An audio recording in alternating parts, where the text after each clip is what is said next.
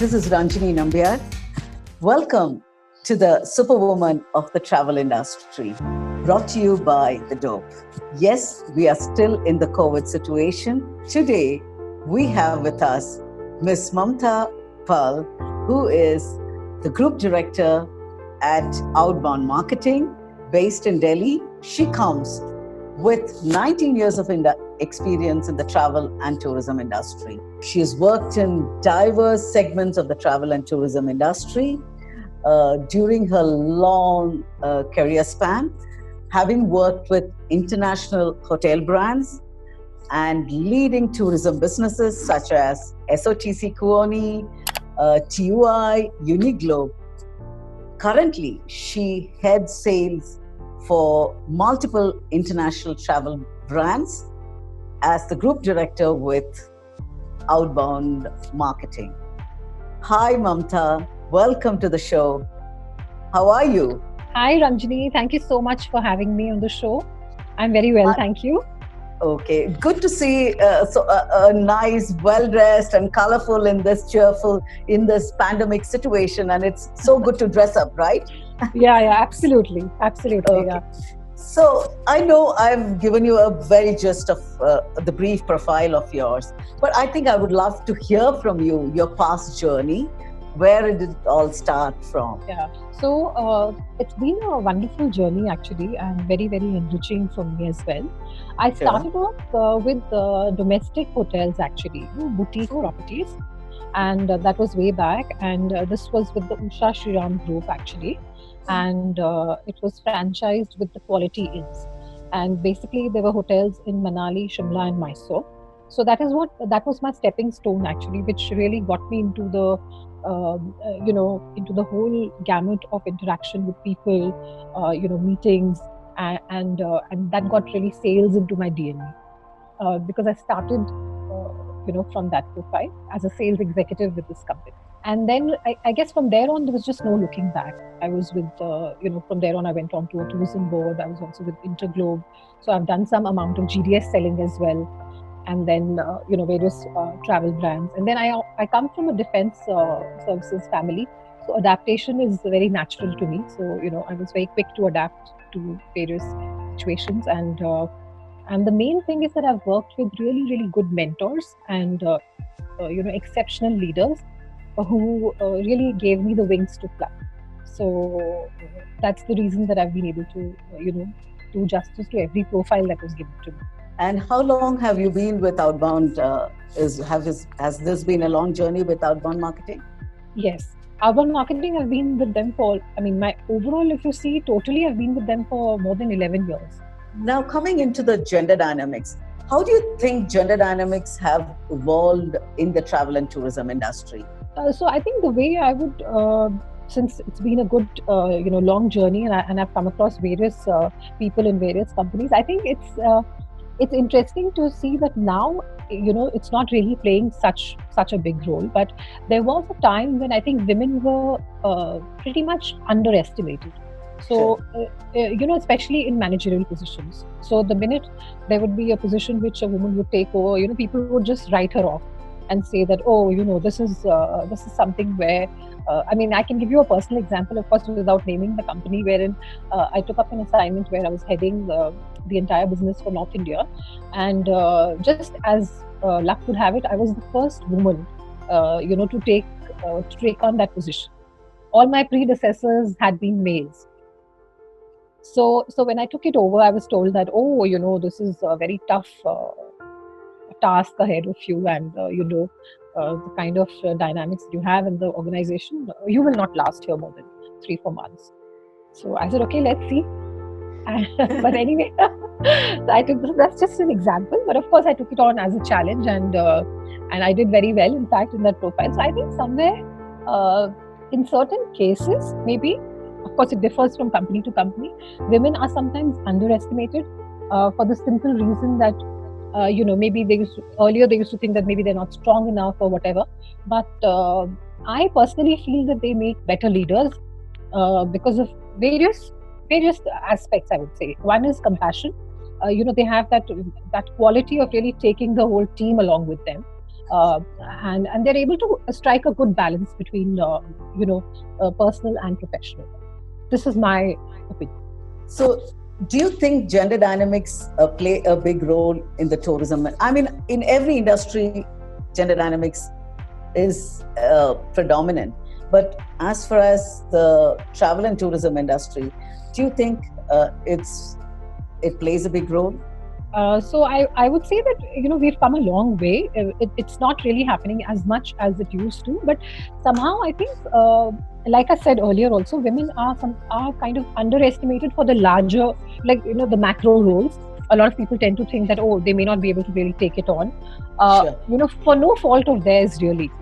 I mean, Okay. just to give you an example, even if if a woman has just had a baby, for example, Sure.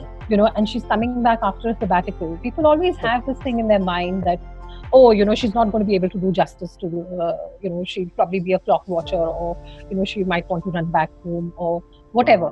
Those kind of things are always there at the back of people's minds. However, I would again say that we've come a long way, and also other than that, they have to work twice as much harder to prove themselves, is what I feel, because of this constant pressure, that they are constantly being compared, if you know what I mean. I think that pressure used to be there a lot more. It's changed over the years, because obviously women have proved it beyond doubt that today, if you see in representation companies, in international hotels, even in the Indian hotels, most of the leaders in sales and marketing, PR, social media are mostly all women. So they have proved it. But having said that, yes, definitely, to some extent, it will remain, I think, because it's going to take a long, long time to change the mindset of every person.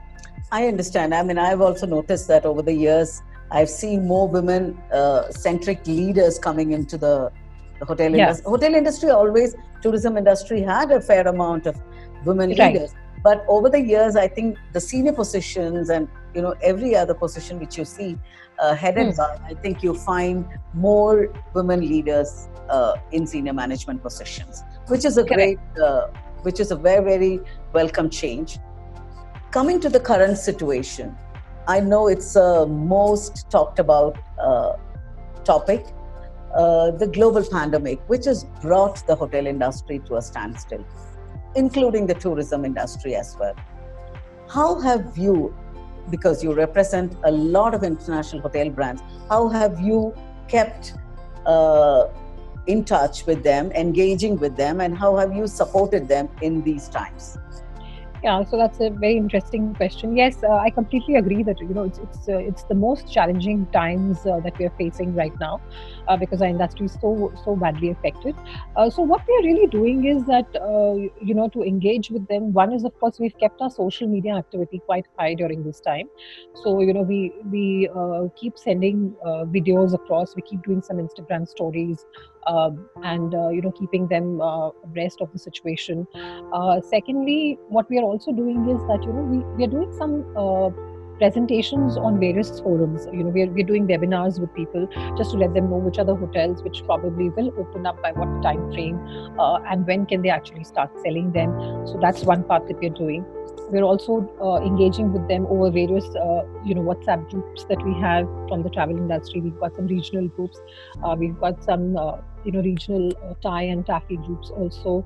And other than that, we are encouraging them to do some virtual fam tours of certain hotels, virtual fam trips, just to keep them engaged, so that they know exactly what the situation is. Because currently, as we know, even aviation is on a standstill, so nothing will really happen till the time flights don't start.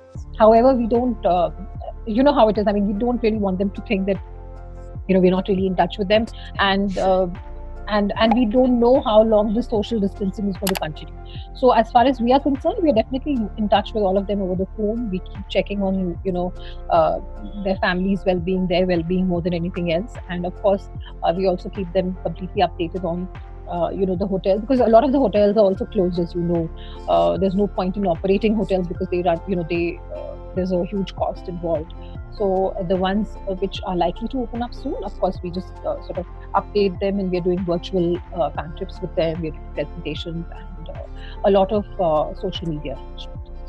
A lot of social media. I think that's the Zoom is the biggest talked about word these days. I think everybody is on Zoom webinars all the time. I mean, I'm sure you must be doing a lot of webinars as well, right? Yes, I mean, yes. with the hotel representation. Do you think the hotels are taking steps to welcome the the travelers soon? I mean, in the sense with the disinfection or the policies which they are formulating to welcome the travelers in future.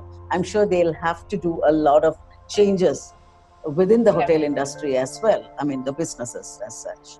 I mean, yes, have you received any kind of a guidelines from them?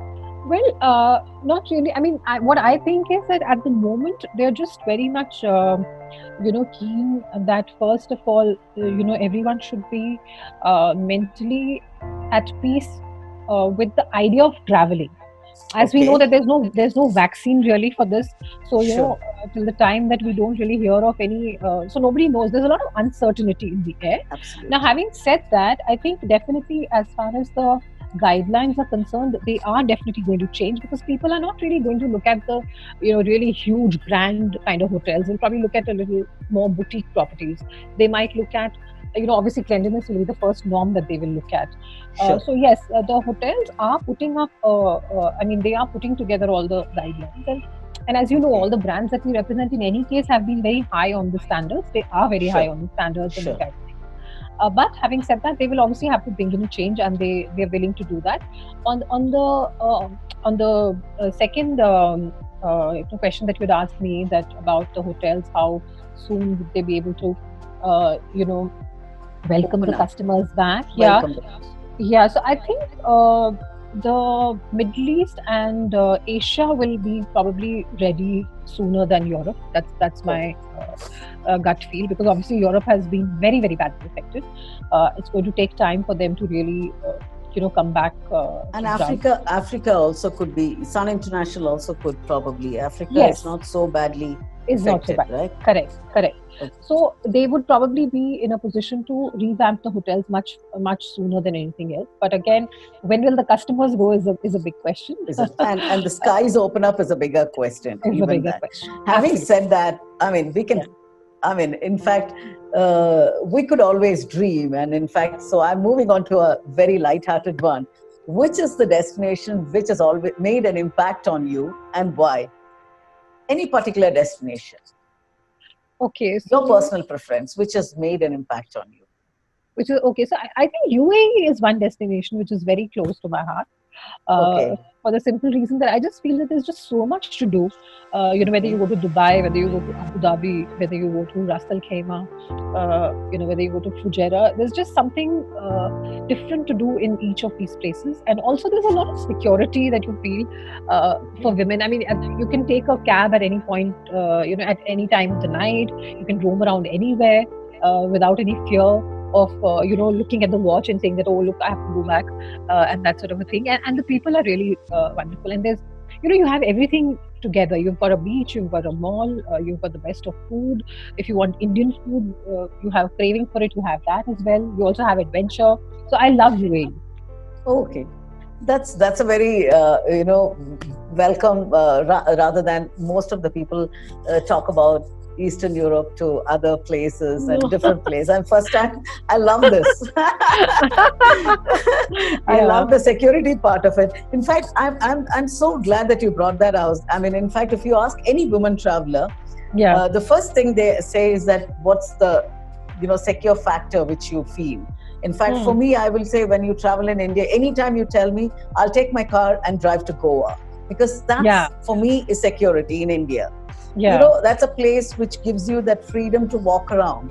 So I think that is something, as you rightly brought about, that freedom of walking through. Walking through, and even if you're with your, a lot of times you want to be just with yourself, maybe sit somewhere with a book or just have a cup of coffee and chill on your own.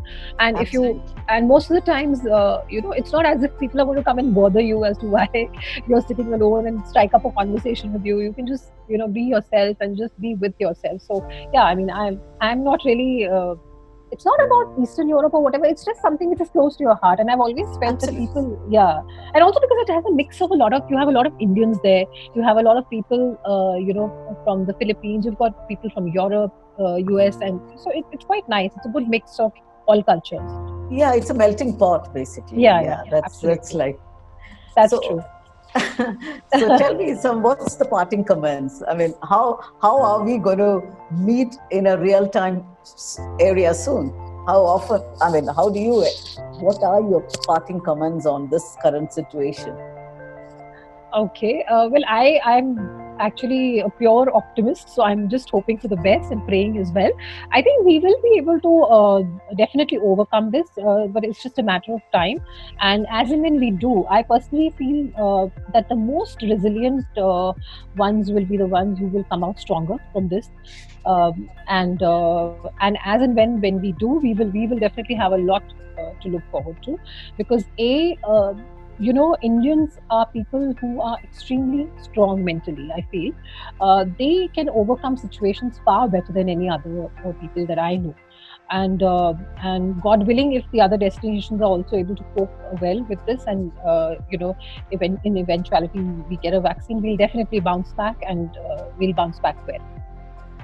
Thank you so much, Mamta. And in fact, I've also been hearing stories about how the close by location, the neighboring locations are going to open up Yeah. closer, like Sri Lanka to Yes. Bhutan or any of these places. So I'm sure UAE would be another destination, but UAE is also in a bad state, but I'm sure they will also soon Yes. come back to bounce back, and they shall. Yes. I mean, they've always shown that. Probably Singapore, Thailand, and all of them are gearing up very well to welcome the tourists. I'm sure we will still, I'm sure at least by Diwali, let's hope the lights light up our life and we are all able to travel. I'm also hoping for the same. Thank you so much for spending our time with us and having a wonderful conversation. And we'll hope. My pleasure. And we'll see in real time soon. And we shall hug in person then. Absolutely. Looking forward to that, Ranjini. Thank you so much. Thanks so much, Mamta. Before I sign off, I'm sure you would have found this video very interesting. So do not forget to like, subscribe, and share. And let's come back with another episode of Superwoman in the travel and tourism industry. Bye for now.